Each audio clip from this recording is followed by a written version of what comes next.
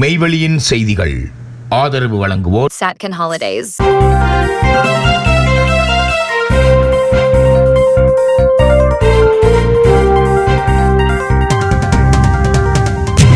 வணக்கம்.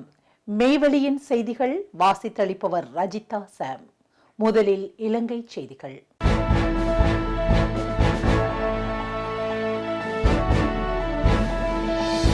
அமெரிக்கா மற்றும் இந்தியாவுக்கு பயப்படுகிறது அனுர அரசு. ஐக்கிய மக்கள் சக்தி சாடல். எதிர்க்கட்சியில் இருந்தபோது அமெரிக்கா மற்றும் இந்தியாவுக்கு எதிராக கூச்சலிட்டவர்கள் இன்று அந்த நாடுகளுக்கு பயந்து ஒவ்வொரு தீர்மானங்களையும் எடுக்கின்றனர் என்று ஐக்கிய மக்கள் சக்தி தெரிவித்துள்ளது. நாட்டின் கௌரவத்தை இந்தியாவிடமும் அமெரிக்காவிடமும் அடகு வைத்துள்ளதாக ஐக்கிய மக்கள் சக்தியின் பாராளுமன்ற உறுப்பினர் சமிந்த விஜயஸ்ரீ குற்றம் சுமத்தியுள்ளார். கொழும்பில் இடம்பெற்ற ஊடகவியலாளர் மாநாட்டில் இதனை அவர் தெரிவித்துள்ளார். தற்போது வெளிவிகார அமைச்சர் சர்வதேச மட்டத்தில் நாட்டை பெரும் சங்கடத்துக்கு உள்ளாக்கி இருப்பதாக கடுமையாக விமர்சிக்கப்படுகின்றது. எதிர்க்கட்சியில் இருந்தபோது அப்போதைய அமைச்சர்களை கேலி செய்த ஜேவிபி அணியினர் இன்று ஆட்சியில் அமர்ந்ததும் சர்வதேச ரீதியில் நாட்டை ஒரு நகைச்சுவை பொருளாக மாற்றியுள்ளனர். அமைச்சருக்கு ஆங்கிலத்தில் உரையாற்ற தெரியாவிட்டால் சிங்கள மொழியில் பேசி ஒரு மொழிபெயர்ப்பாளரை பயன்படுத்தி இருக்கலாம். அது நாட்டின் கௌரவத்தை பாதுகாத்திருக்கும். ஆனால் தெரியாத மொழியில் பேசி சர்வதேச அரங்கில் இலங்கையை தாழ்த்தி இருக்கின்றார் என்றும் சமிந்த விஜயஸ்ரீ தெரிவித்துள்ளார். ஊழல்களை கண்டறிய வேண்டிய பொறுப்பில் உள்ளவர் அரசாங்கத்தின் தவறுகளை சுத்தப்படுத்தும் நடவடிக்கைகளிலேயே ஈடுபட்டிருக்கின்றார்.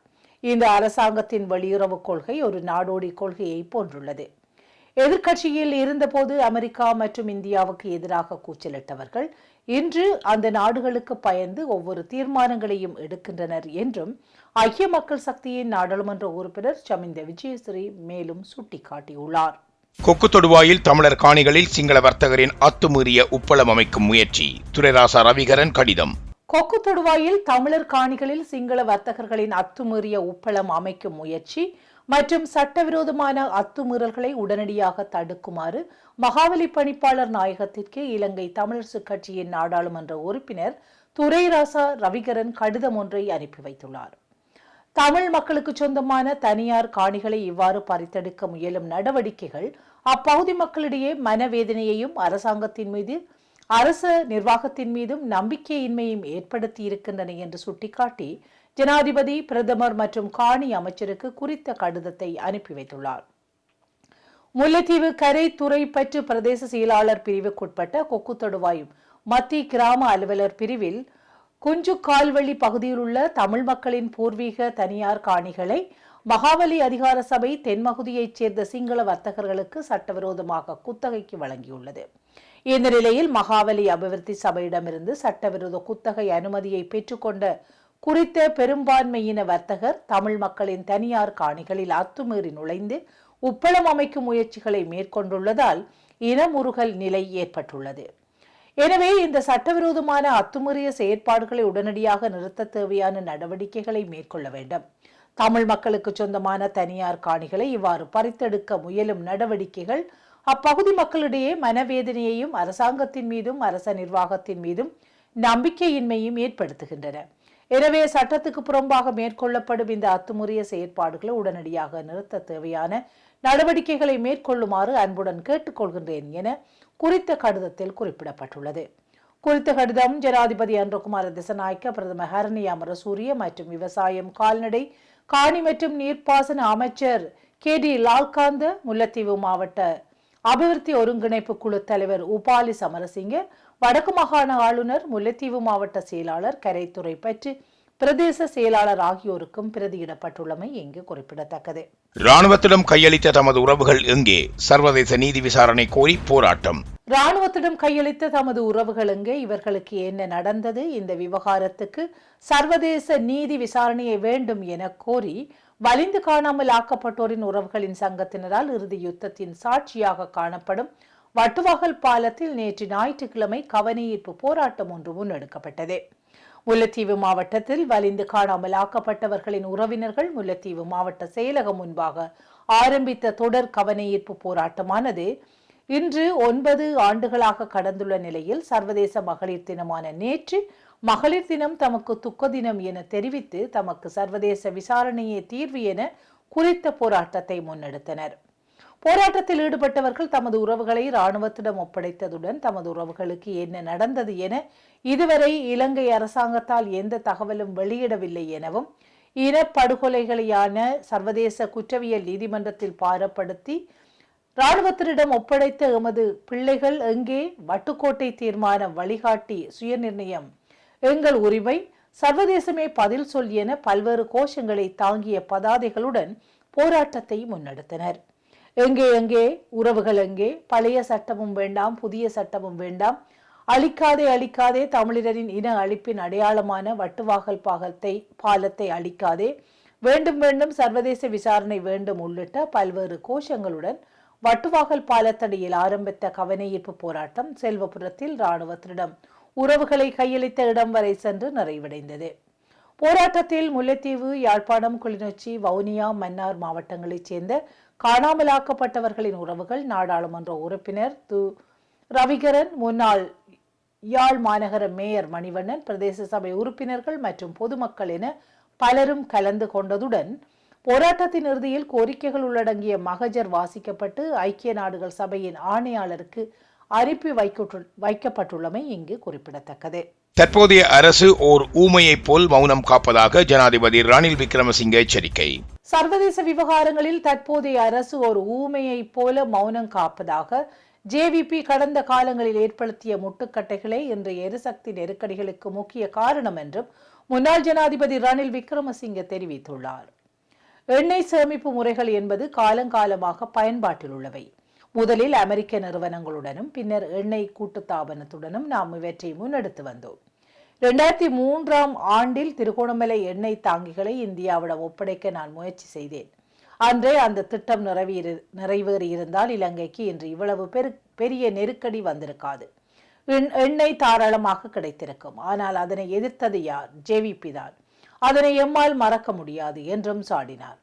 மேலும் 2015 ஆண்டிலும் இத்திட்டம் ஜேவிபியால் தடுக்கப்பட்டதாக குறிப்பிட்ட அவர் 2024 ஆண்டில் நிறைவடைந்திருக்க வேண்டிய விசாகப்பட்டினம் இலங்கை இடையிலான எண்ணெய் குழாய் திட்டத்தையும் அன்றுகுமார் தலைமையிலான தரப்பினரே முடக்கினர் என்றும் அவர் சுட்டிக்காட்டியுள்ளார். சர்வதேச மகளிர் தினத்தை முன்னிட்டு சோசலிசமே பெண் விடுதலையின் உண்மையான பாதை, கொழும்பு புதிய நகர மண்டபத்தில் விசேட மாநாடு. சர்வதேச மகளிர் தினத்தை முன்னிட்டு சோசலிசமே பெண் விடுதலையின் உண்மையான பாதை எனும் தொனி பொருளில் சுதந்திரத்திற்கான பெண்கள் இயக்கம் ஏற்பாடு செய்த விசேட மாநாடு ஞாயிற்றுக்கிழமை கொழும்பு புதிய நகர மண்டபத்தில் நடைபெற்றது. 115வது சர்வதேச மகளிர் தினத்தை முன்னிட்டு நடைபெற்ற இந்த மாநாட்டில் பெண்களின் உரிமைகள், தற்போதைய அரசியல் பொருளாதார நெருக்கடிகள் மற்றும் பெண்களின் உண்மையான விடுதலைக்கான வழிமுறைகள் குறித்து விரிவாக ஆராயப்பட்டது. நிகழ்வில் சுதந்திரத்திற்கான பெண்கள் இயக்கத்தின் ஒழுங்கமைப்பு செயலாளர் ஹேமமாலி அபேரத்ன அங்கு உரையாற்றுகையில், பெண் விடுதலை என்பது தானாக கிடைத்த ஒன்றல்ல. மனித வரலாற்றில் பெண்கள் தமது கல்வி உரிமை, கருக்கலைப்பு உரிமை, இனப்பெருக்க உரிமை மற்றும் தொழில் உரிமை என்பவற்றை நீண்ட போராட்டங்கள் மூலமே வென்றெடுத்தனர். ஜனநாயகத்தின் அடிப்படை அங்கமான வாக்குரிமை கூட போராட்டத்தின் மூலமே எமக்கு கிடைத்தது. எப்படி இருப்பினும் இத்தனை உரிமைகளை பெற்ற பின்னரும் இந்த 115வது சர்வதேச மகளிர் தினத்தில் பெண்கள் இந்த உலகில் ஒரு முழுமையான மனிதனாக வாழும் உரிமை கிடைத்துள்ளதா என்ற கேள்வியை நாம் எழுப்ப வேண்டியுள்ளது. பெண்கள் இன்றும் சமூகத்தில் 2ஆம் நிலையிலேயே வைக்கப்பட்டுள்ளனர். சமூகம் வகுத்துள்ள பொதுவான மரபுகள், மத கட்டுப்பாடுகள் மற்றும் கலாசாரம் என்ற பெயரிலான தடைகளை உடைக்க நாம் இன்னும் தயாராக இல்லை. இன்று சந்தை வாய்ப்புகளில் பெண்கள் ஈடுபடுவதால் அவர்களுக்கு விடுதலை கிடைத்துவிட்டதாக ஒரு மாயை உருவாக்கப்பட்டுள்ளது. ஆனால் உண்மை அதுவல்ல. முதலாளித்துவ பொருளாதாரம் பெண்களை வேலை தளங்களுக்கு அழைத்து வந்ததன் உண்மையான நோக்கம் அவர்களின் மலிவான உழைப்பை சுரண்டுவதாகும். எம்மை ஒடுக்குவது ஆண்கள் அல்ல, மாறாக இந்த நிலவும் அரசியல் பொருளாதார கட்டமைப்பே எமது உண்மையான எதிரி. இந்த முறையை மாற்றி அமைக்காமல் பெண் விடுதலை பற்றி பேசுவதில் அர்த்தமில்லை. தற்போதைய தேசிய மக்கள் சக்தி அரசாங்கம் உட்பட கடந்த காலங்களில் ஆட்சியில் இருந்த அனைத்து கட்சிகளும் பெண்களை திரட்டியது தங்களது வாக்கு வங்கியை பலப்படுத்துவதற்கு மட்டுமே. தேர்தலுக்கு பின்னர் பெண்களுக்காக எவரும் ஆக்கப்பூர்வமான எதையும் செய்யவில்லை. எமது வாக்குகளை பெற்று நாடாளுமன்றம் சென்றவர்கள் இறுதியில் பெண்களின் பாதுகாப்பை அச்சுறுத்தும் சட்டங்களையே நிறைவேற்றினர். எனவே தேர்தல் அரசியலை நம்பி ஏமாறாமல் நிலத்தில் இறங்கி போராடும் பெண்களை நாம் உருவாக்க வேண்டும். அநீதி இழைக்கப்படும் போது அச்சப்பட்டு ஒடுங்காமல் உரிமைகளுக்காக முன்னின்று உழைக்க குரல் கொடுக்கும் போராட்ட குணமிக்க பெண்களை உருவாக்க எமது இயக்கம் முன்னின்று செயற்படும் என அவர் தெரிவித்துள்ளார். யாழ்ப்பாணத்தில் முகமூடி கொள்ளையர்களின் அட்டகாசம்.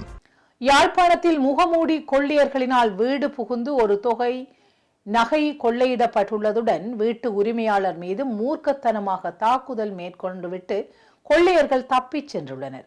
வடமராட்சி கிழக்கு மணற்காடு பகுதியில் உள்ள வீடொன்றில் நேற்றைய தினம் ஞாயிற்றுக்கிழமை முகமூடி கொள்ளையர்கள் மூவர் வீட்டிற்குள் அத்துமீறி நுழைந்து வீட்டின் உரிமையாளர் மீது சரமாரியாக தாக்குதல் மேற்கொண்டு அவரை கடும் காயங்களுக்கு உள்ளாக்கிய பின்னர் அவரது மனைவியின் சுமார் 5 பவுன் தங்க நகைகளை கத்திமுனையில் கொள்ளையடித்து சென்றுள்ளனர்.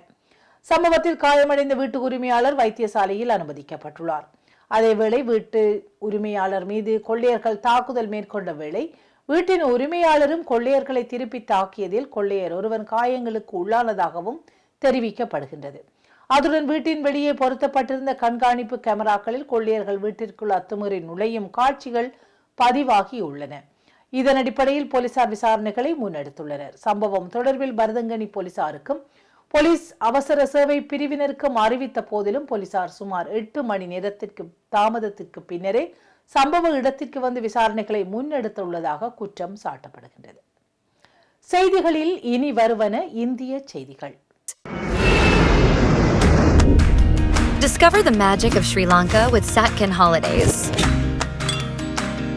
From breathtaking beaches to ancient temples, we offer curated travel itineraries for every kind of traveler. Our experts design the perfect journey, tailored to your needs and interests, ensuring you make the most of your time in Sri Lanka. Experience Sri Lanka's vibrant culture, pristine nature, and world-class hospitality with Satkin Holidays. Book your unforgettable adventure today with Satkin Holidays.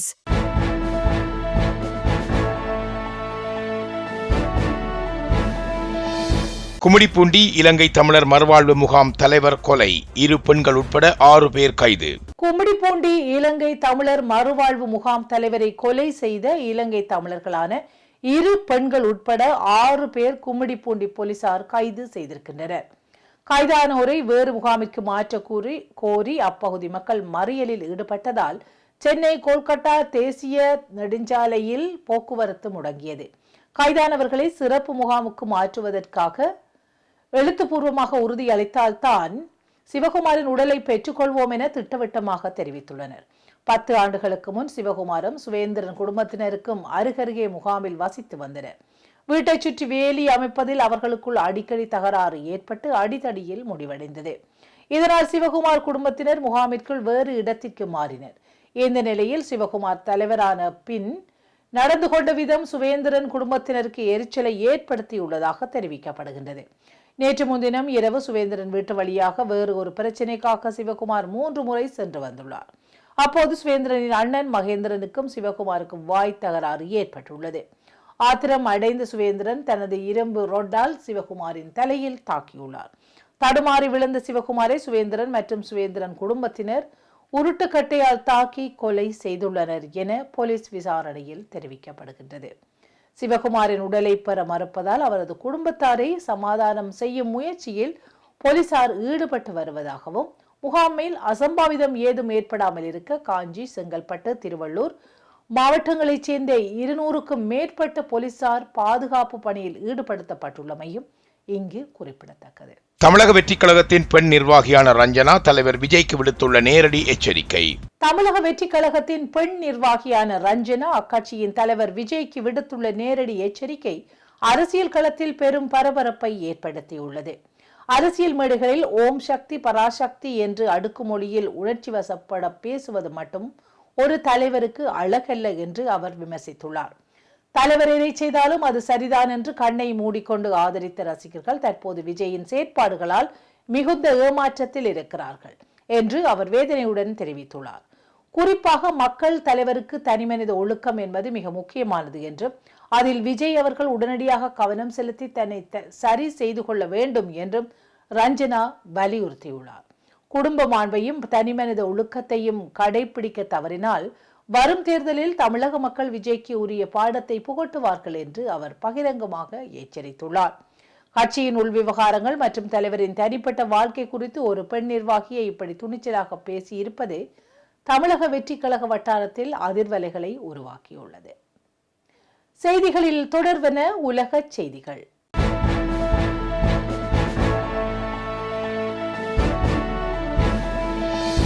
Iran தனது புதிய உச்ச தலைவராக Mojtaba கமேனியை நியமித்துள்ளது. America இஸ்ரேலிடையே கூட்டு தாக்குதல்களில் Ayatollah Ali Khamenei படுகொலை செய்யப்பட்டதை தொடர்ந்து அந்த இடத்திற்கு அயத்துல்லா அலி கமேனியின் மகன் நியமிக்கப்பட்டுள்ளார். ஒரு வாரத்தின் பின்னர் ஈரான் தனது புதிய உச்ச தலைவராக மொஜ்தபா கமேனியை நியமித்துள்ளது. இஸ்லாமிய குடியரசின் 47வது ஆண்டுகால வரலாற்றில் மிகப்பெரிய நெருக்கடியின் மூலம் அதை வழிநடத்தும் பொறுப்பு இப்போது 56 வயதுடைய மொஜ்தபா கமேனி ஒப்படைக்கப்பட்டுள்ளது. இந்த நியமனம் நேற்று ஞாயிற்றுக்கிழமை மத குருமார்களால் அவரது தந்தையின் வாரிசாக நியமிக்கப்பட்டார். ஈரானின் முக்கிய தலைவர்களும் ஈரானின் சக்தி வாய்ந்த இஸ்லாமிய புரட்சிகர காவற்படை IRGC மற்றும் ஆயுத படைகளும் புதிய தலைவருக்கு தங்கள் ஆதரவை விரைவாக வழங்குவதாக உறுதியளித்தனர். அமெரிக்காவும் இஸ்ரேலும் தங்கள் முழு வீச்சில் தாக்குதலை தொடங்கியதிலிருந்து ஈரானின் பாதுகாப்பு மூலோபாயத்தை வழிநடத்தும் பணியில் ஈடுபட்டுள்ள உச்ச தேசிய பாதுகாப்பு கவுன்சிலின் செயலாளர் அலி ஜாரிஜானி புதிய உச்ச தலைவருக்கு ஆதரவை வழங்க ஈரான் மக்களிடம் ஒற்றுமைக்கு அழைப்பு விடுத்தார்.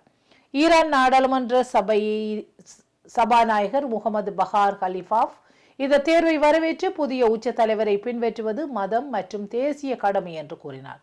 மொஜ்தபா கமேனி ஒருபோதும் பதவிக்கு போட்டியிடவில்லை அல்லது பொது வாக்கெடுப்புக்கு உட்படுத்தப்படவில்லை. ஆனால் பல தசாப்தங்களாக உச்ச தலைவரின் உள்வட்டத்தில் மிகவும் செல்வாக்குமிக்க நபராக இருந்து வருகின்றார். அவர் அங்கிகளுக்கு பின்னால் உள்ள சக்தி என்று வர்ணிக்கப்பட்டவர் என்பதும் இங்கு குறிப்பிடத்தக்கது.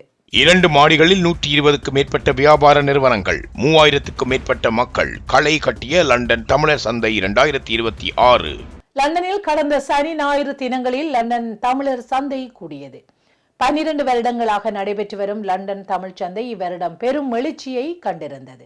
புலம்பெயர்ந்த தேசங்களில் தமிழ் வியாபார நிறுவனங்களுக்கிடையில் ஒருங்கிணைப்பை ஏற்படுத்தி ஒன்றுபட்ட உயர்தலால் தமிழ் இன பொருளாதார வளர்ச்சிக்கு உதவ முடியும் என்ற நோக்கத்தோடு பிரித்தானிய தமிழ் வர்த்தக சம்மேளனத்தின் ஏற்பாட்டில் தமிழர் சந்தை லண்டனில் ஹேஸில் அமைந்துள்ள கிறிஸ்டல் பேங்க்விட்டிங் மண்டபத்தில் நடைபெற்றது. 2 மாடித்தளங்களில் 120க்கும் மேற்பட்ட வியாபார நிறுவனங்கள் தங்கள் ஸ்டோல்களை அமைத்திருந்தன. 3000க்கும் மேற்பட்ட மக்கள் பங்கேற்றிருந்தனர். இந்த சந்தையில் பல துறைகள் உள்ளடங்கலான வணிக நிறுவனங்கள், புதிய தொழில் முனைவோர் முதல் விஸ்தரிக்கப்பட்ட வியாபார நிறுவனங்கள் வரை பல வணிக நிறுவனங்கள் தங்கள் நடவடிக்கைகளை காட்சிப்படுத்தி இருந்தன. வேலைவாய்ப்புகள், டிஜிட்டல் தொழில்நுட்பம், கல்வி, நீதி சேவைகள், சொத்து மற்றும் கட்டுமானம், ரீட்ரெயில் வணிகம், சுற்றுலா, அறிவியல் மற்றும் தொழில்நுட்பம் என பல தரப்பட்ட நிறுவனங்களை காணக்கூடியதாக இருந்தது. இதேவேளை பிரித்தானிய தமிழர் வர்த்தக சம்மேளனத்தின் ஒரு அழகான தி கேட் இன்ஸ்டிடியூட் தமிழ் தொழில் முனைவோர்களுடன் சந்திப்பை ஏற்படுத்தி அவர்களுக்கான தொடர்புகளை உருவாக்கி பயனுள்ள கூட்டாண்மைகள் மற்றும் ஒத்துழைப்புகளை வளர்த்து கொள்ளும் வகையில் நிகழ்வுகளும் ஒழுங்குபடுத்தப்பட்டிருந்தன. பல வர்த்தக அறிவியல் நிபுணர்களின் விசேட உரைகள் கீழ்த்தளத்தில் இடம்பெற, பொழுதுபோக்கிற்கான கலாசார இசை நிகழ்ச்சிகள் மேடையில் மேல்தளத்தில் நடைபெற்றன. பிரித்தானியாவின் பல பாகங்களிலும் இருந்து மக்கள் திரளாக வருகை தந்திருந்ததோடு தங்கள் வர்த்தகத்தை பிரபலப்படுத்திய மக்கள் மத்தியில் கொண்டு சேர்க்க இந்த லண்டன் தமிழ் சந்தை பெரும் களமாக அமைந்திருப்பதாக பல வியாபார நிறுவனங்கள் தெரிவித்திருக்கின்றன. 12வது ஆண்டாக நடைபெற்ற லண்டன் தமிழர் சந்தை இங்கிலாந்தின் தமிழர் விழாக்களில் மிகப்பெரிய வணிக விழாவாக கருதப்படுகின்றது. இந்த விழா மூலம் தமிழ் வணிகங்கள் ஒன்றுடன் ஒன்று இணைந்து புதிய யோசனைகளை பகிர்ந்து புலம்பெயர் பொருளாதார வளர்ச்சியை ஊக்குவிக்க முடியும் என்பதோடு தாயக வர்த்தக தொடர்புகளை விஸ்தரிக்க வழி அமைக்கும் என்று ஏற்பாட்டாளர்கள் தெரிவித்துள்ளனர். இத்துடன் மெய்வெளியின் செய்திகள் நிறைவு பெற்றன. தொடர்ந்தும் நமது மேலதிக செய்திகளை பார்வையிட www.மெய்வெளி.com எனும் இணையதளத்தை பார்வையிடுங்கள். வணக்கம்.